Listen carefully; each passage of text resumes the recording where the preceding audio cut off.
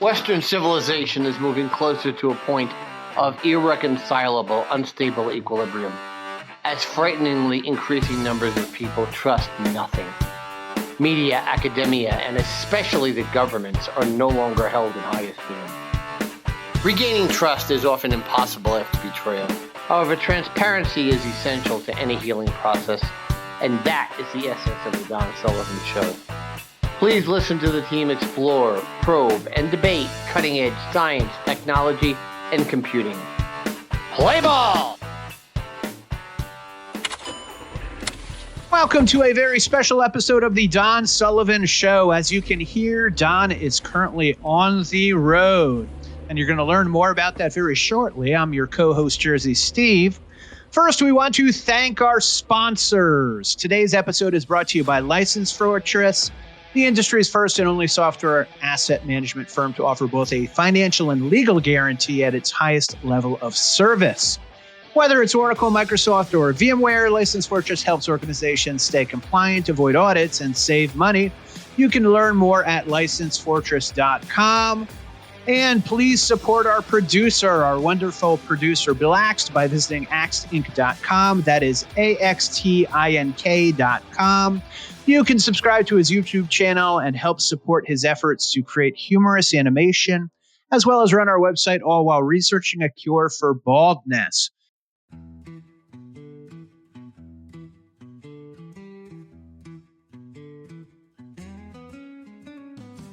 Hello, folks. We're back here this morning, and like I said, we're on the train, a non-high-speed train from Euston Station in Westminster City of London, all the way up to Liverpool, Lime Street Station, where the Beatles Museum will be. But I thought there would be a great opportunity to talk about some other notions and ideas that associated with this incredible force of nature, force of world social change that were the Beatles.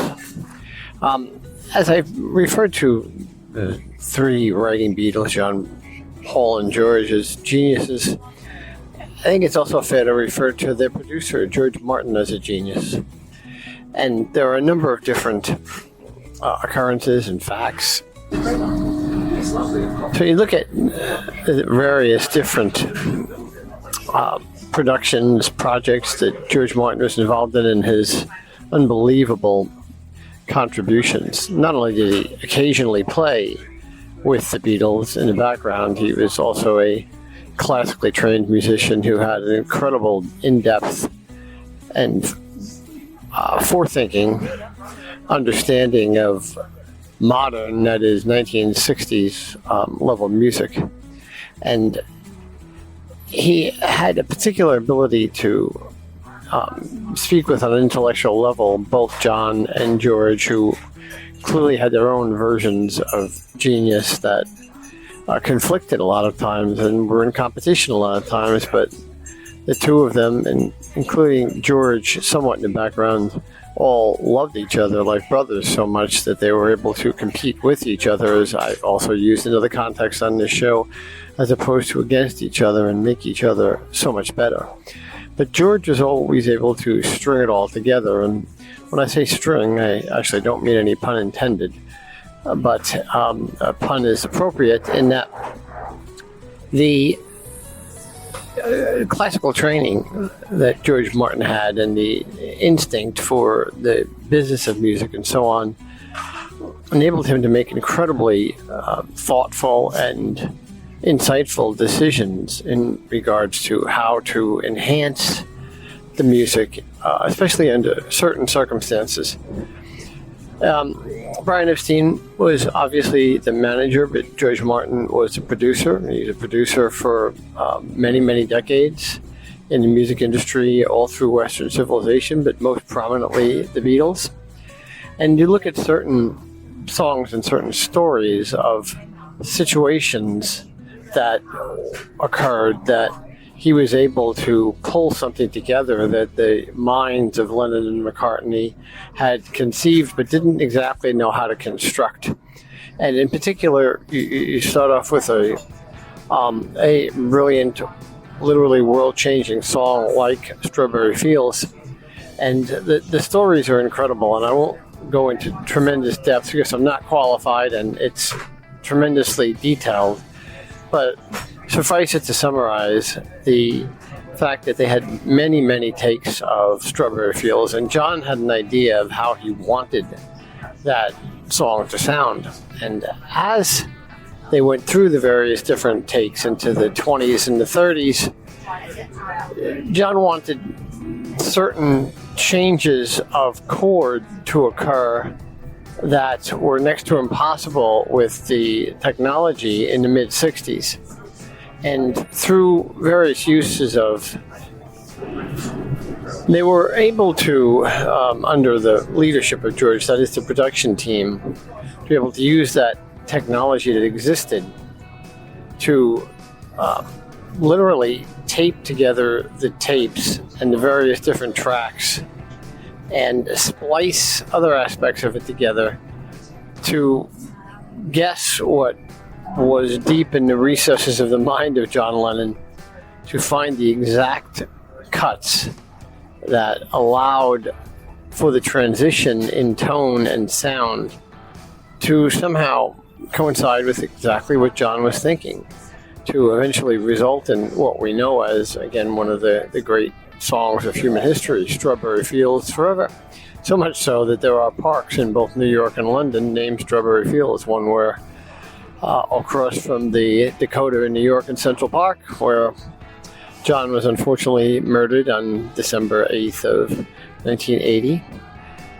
But back to the subject at hand, there were also other aspects of the way George Martin had incredible instincts in regards to how to include classical music, string quartets, and so on in exactly the right manner in certain Beatles songs. And it really started not with the most obvious, Strawberry Fields, but it started with Yesterday. And Paul had a dream in early 1965 that, or 64, I guess, that of the tune, and he was sure that it was so obvious that somebody else must have actually played that tune before, that he asked George to go try to look it up to see if he was, as he said, pinching it from someone, because he had just dreamed about it. Well, that's what geniuses do. Their minds work, and with Paul and John, that anything they see, whether it's a meter maid giving him a parking ticket or something else that they see happening, they can see in terms of a song and make it into a song and make it into a massive hit. Yesterday is the most covered song in human history, and it was literally covered by a very large percentage of the great singers of modern times. But the significant point here in regards to George Martin is that he worked with Paul, and they decided to separate, and John agreed, but they worked together to produce Yesterday as a Paul-only song. Despite the fact that they were a group that obviously played together, they didn't have any jealousy or any pushback in that regard, but they were able to create this song as a Lennon and McCartney song, as a Beatles song, with just Paul singing it, but with orchestral strings in the background to enhance the guitar music that Paul had actually created and conceived of, along with the words. Of course, initially, as we all know, apocryphally, the original words were scrambled eggs, but it was turned into a love song that was a love song of sorrow, of someone losing someone that was very, very important to them, and describing it as yesterday. It is notably interesting that Paul doesn't seem to, in most recent decades, at least years, want to sing it at all live.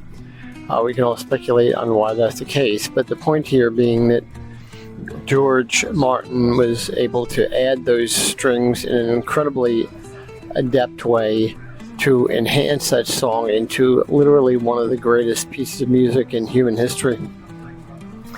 And then we moved to an entire orchestra when Paul came up with the very dark and solemn and sad Eleanor Rigby and the words to it.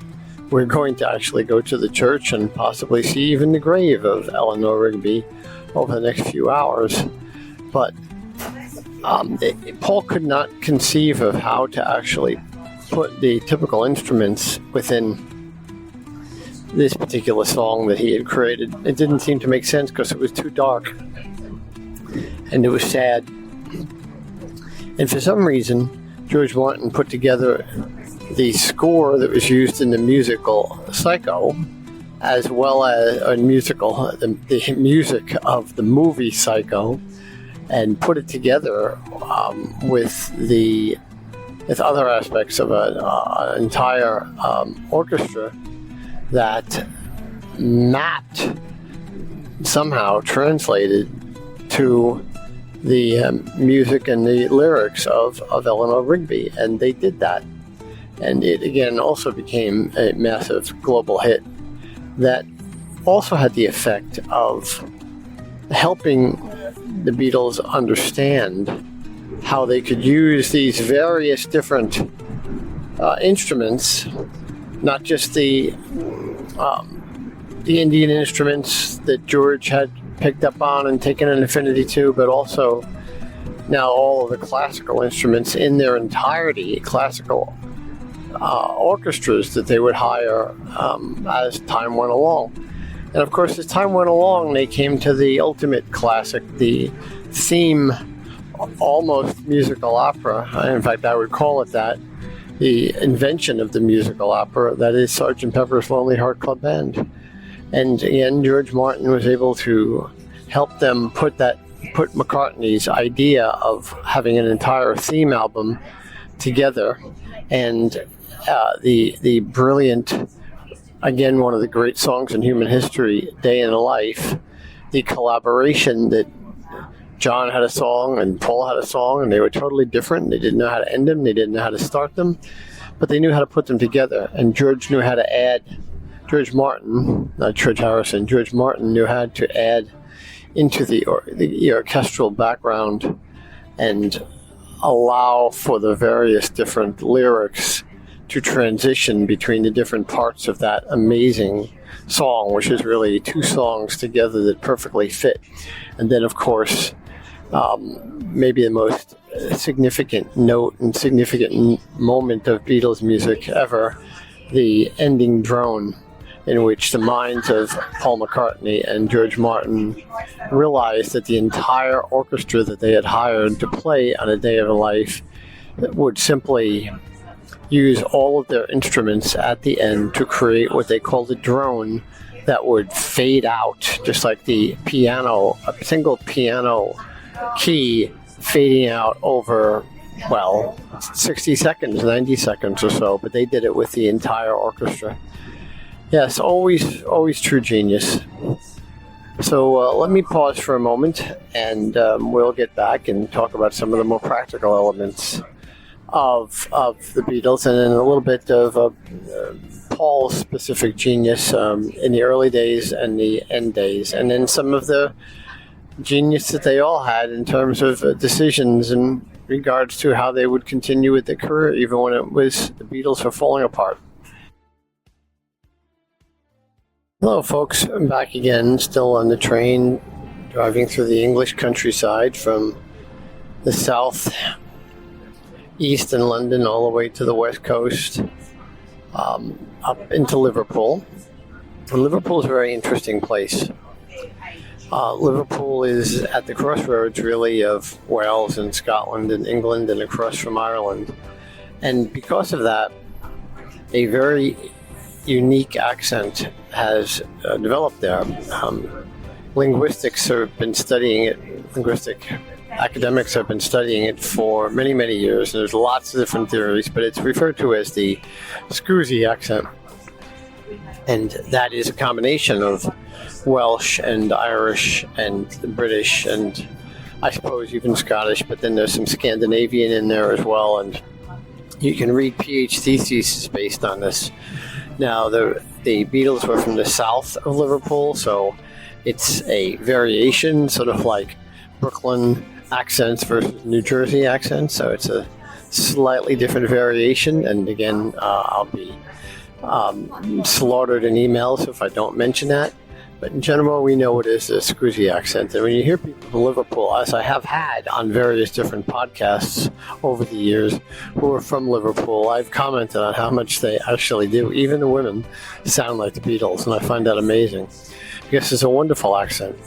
It is also notable that Liverpool, we know it for the Beatles, but of course it is a huge industrial town and a city.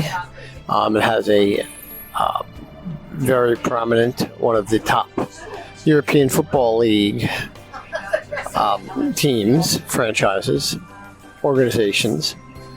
But there's not a lot more we know for Liverpool. And the point that I'm making is not it wasn't necessarily the main source of huge numbers of great performers. Lots and lots of other English performers, British invasion, as we know it as, came from different parts of Britain. But Liverpool is particularly unique to the Beatles in this unbelievable occurrence. It's almost like somehow the universe wanted them all to come together. The story is about how John and Paul met at a candy store and then talked to the church when they were very young, 18 and 16, and then Paul introduced John and they met and he auditioned with them on a roof, the upper deck of a bus, or just apocryphal but amazing. And of course they were all blessed and rich. Certainly they wouldn't have conceived themselves as poor, but they were very lower middle class and so on. And they all seemed to come together in this incredible moment of the universe getting something completely right, but all with the Scroozy accent. So back to the concepts of genius here. A song that I wanted to bring out is a song that at the time in the 60s did not garner huge amounts of fame, but has a tremendous historical significance. And has gained a lot more prominence in modern times, as Paul talks about the story of its background in all of his concerts, and that is Blackbird. Blackbird was written to subtly support the civil rights struggles in the South of the United States, and it's a brilliant song in terms of the lyrics. But it's a beautiful song, obviously, in terms of its guitar strings. And again, like yesterday, it's mostly, not entirely like yesterday, but mostly Paul playing guitar. But few people know the actual history behind it. Paul actually did not have formal music training, and to this day claims he doesn't read music. But obviously he understood new music. His father was involved in band music and so on, so he grew up around music at very least. And when it comes to Blackbird, he had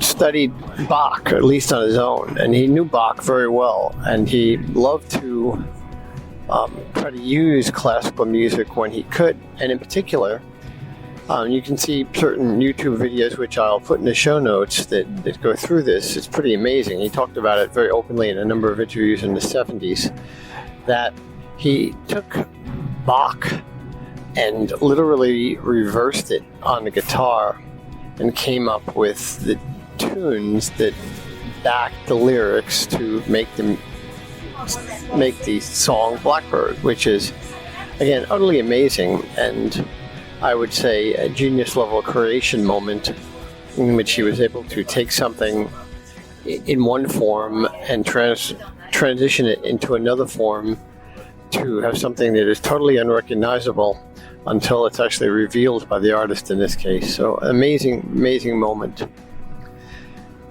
I would also like to talk about the genius of George Martin and the group in understanding the nature of their business. And one of the things that is absolutely incredible is really the last public moment of the Beatles. I've seen a recent survey as to the greatest single concerts or the most impactful single concerts, and very typically Freddie Mercury's Queen performance at Live Aid 1986 gets the top slot now, but second is the 22-minute, almost seemingly ad-lib rooftop performance in Piccadilly Circus at an Apple Studios building, not the main studio, Apple Studios building, but one of them, which, again, on this tour we are actually going to see. Apparently they're actually making that building into a full Beatles museum over the next couple of years, finally.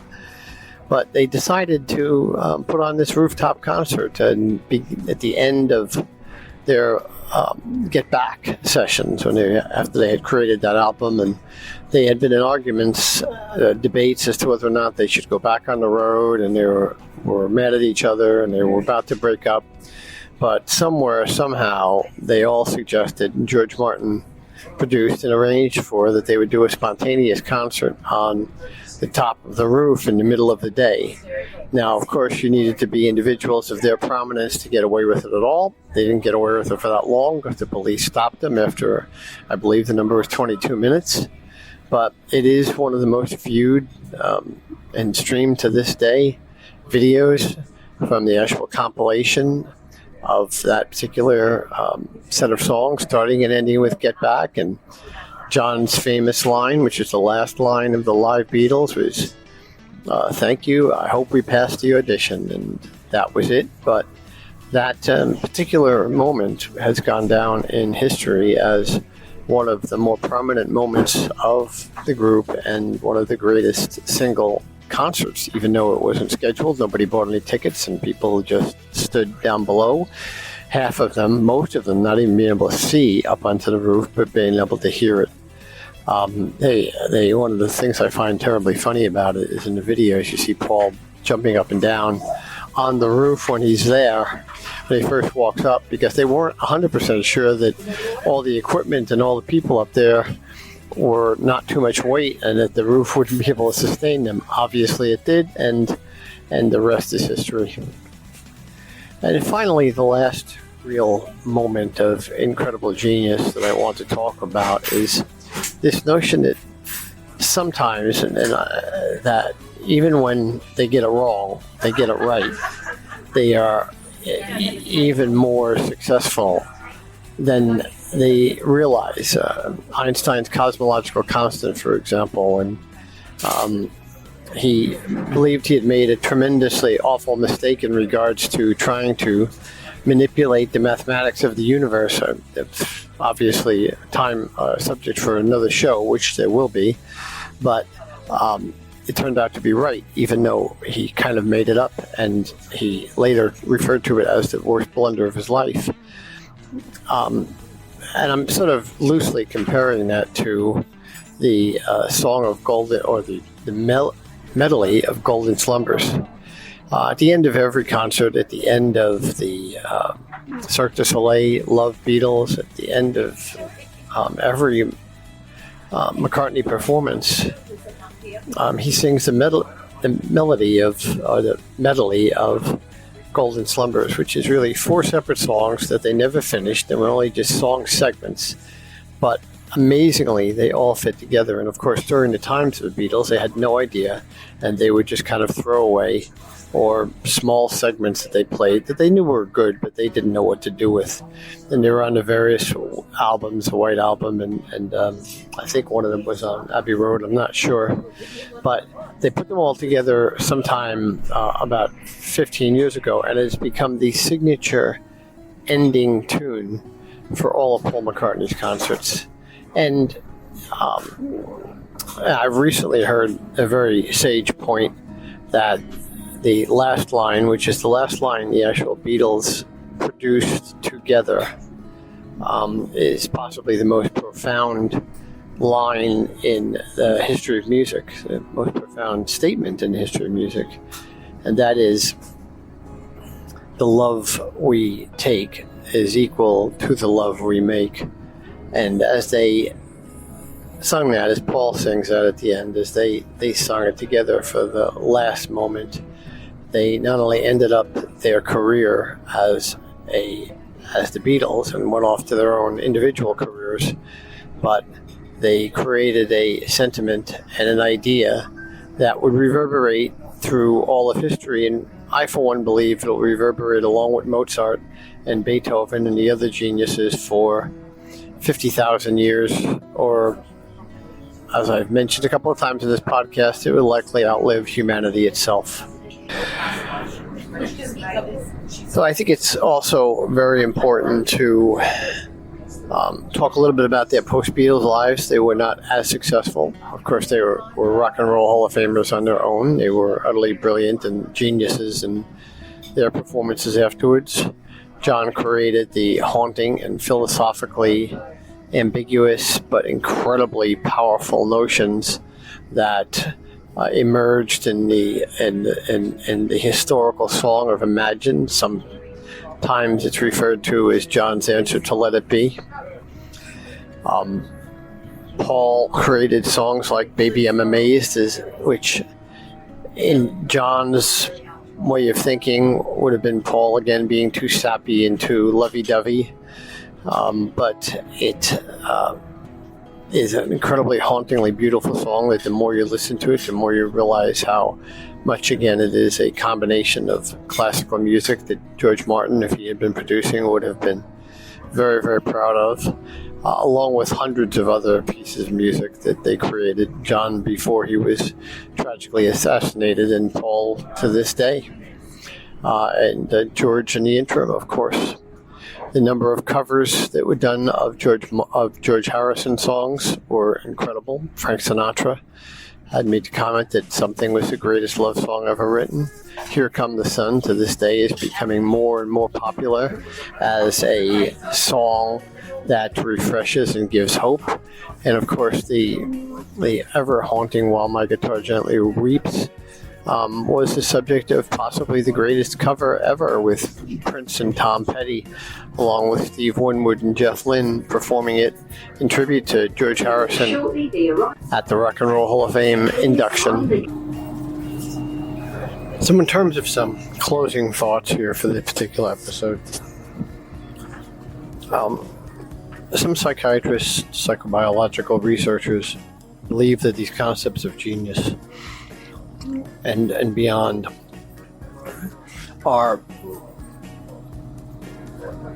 examples of the ultimate capability of the human mind, and that every person, deep within the recesses of their minds, their physical brains, have these capabilities. And you see this when people come off of deep comas or tremendous accidents in which they have parts of their brains damaged, that they're then afterwards, when they regain functionality, are capable of doing certain things that they were not before.